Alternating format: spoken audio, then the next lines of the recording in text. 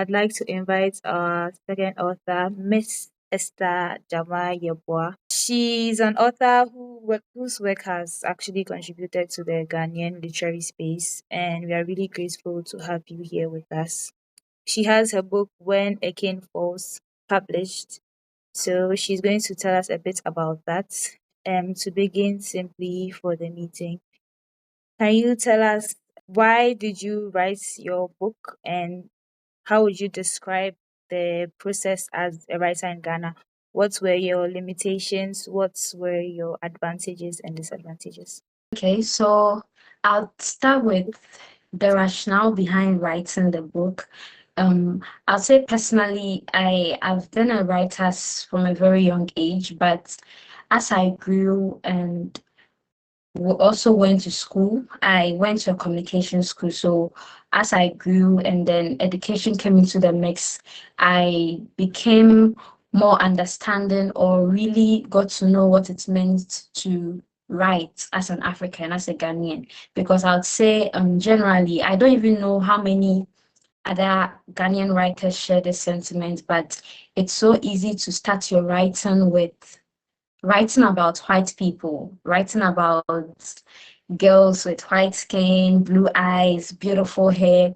So when I came false, it came from the rationale that I wanted to write something that was very purely African. That even the words, the name of villages and kingdoms was very much traditional, very much rooted in African culture, and to show how that looks like. So I would say basically that was the rationale behind it. For the writing process, I first published it's been published twice. I first published the book in 2023, and then I have republished it again for the mass market in 2026. And I would say the writing process is a bit solitary. Again, I don't know how many African or Ghanaian writers share this sentiment, but most of the time when you are writing something that, first of all, you alone have faith in, or you don't really know how big it's going to be or how much someone is going to understand it, the writing process is quite solitary. But then I'd say, our families, our friends, the people around us can be quite instrumental, especially when you're a writer and when you want to show your art to the world. So it's been a lot of reworking, rewriting, showing it to people, getting people to read it, and getting people to read it, not that they will change your narrative or they will dictate to you what to write, but just so it doesn't feel lonely anymore. And people get to see your perspective or people get to understand what you are trying to write. And so for the writing process, I would say generally that is how it has been like. It's solitary, but then you decide to let it be or not let it be at some point. And yeah, today I have When a King Falls, and it's simply a book rooted in culture, rooted in African tradition. I mean, not Ghanaian, but it's a book rooted in African tradition, and also subtly because it's talking about some topics is quite still very sensitive, but it's a book that subtly speaks to the topic of colonialism and imperialism and how the Western world has a way of affecting us. Just something that people will not usually talk about or are even afraid to. The book tries to also touch on that. So basically, that is it. Thank you. Okay, thank you so much for that. I really love the fact that you said mostly when you pick a book, it only talks about like the white skin, the blue eyes, blonde hair stuff. I really love the comparison with the African. Yeah. So for our next question, I'd like to know what's like apart from the motivation, apart from the idea of being rooted in African culture, I would like to know, have you ever felt pressured like to write in a way that is more globally accepted or just locally accepted?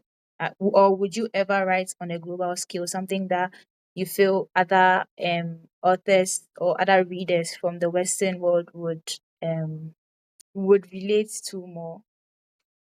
I think I understand your question. And the truth is, I think more people should be honest with themselves. The truth is, there's always pressure. There's always pressure to fit into a certain narrative, to still say that you are African, but write for the Western market, And because now I have self-published and I am an author, I can say that it's not really worth it, even though that pressure is there, because the truth is, before I even published When a King Falls, I was querying. And querying is, sending letters out to some big, not even big, just publishing houses, to seek representation. And sometimes when you are even filling the form, it's clearly stated that your characters should be westernized. They are looking for Mm. Western point of view. They are looking for characters from a certain sphere of the world.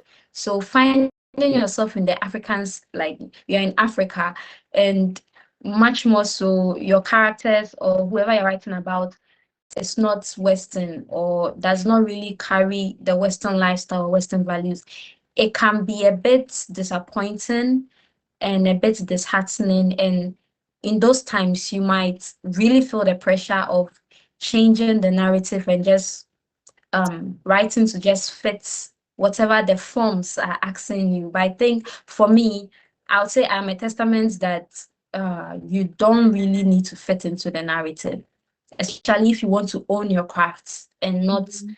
have someone explain or have someone make meaning of it in their own words. If you want to be able to speak to your work directly, be able to represent your culture or represent what it means to be African, then you can't let that pressure really move you or influence your style of writing. Yeah. Okay, thank you so much. That was so beautifully said. And we appreciate you coming here. Is there a way we can like purchase your book? Is there a link to it? Is there a platform we can get access to it? Yes, so for now it's available on seller.com. I think I'll put a link in this chat. Okay. Um you Anyone can purchase the soft copy and read it offline immediately on seller.com. But then if anyone is also interested in getting a physical copy, I know people have that as a specialty as well. That is available on pre-order or on seller.com.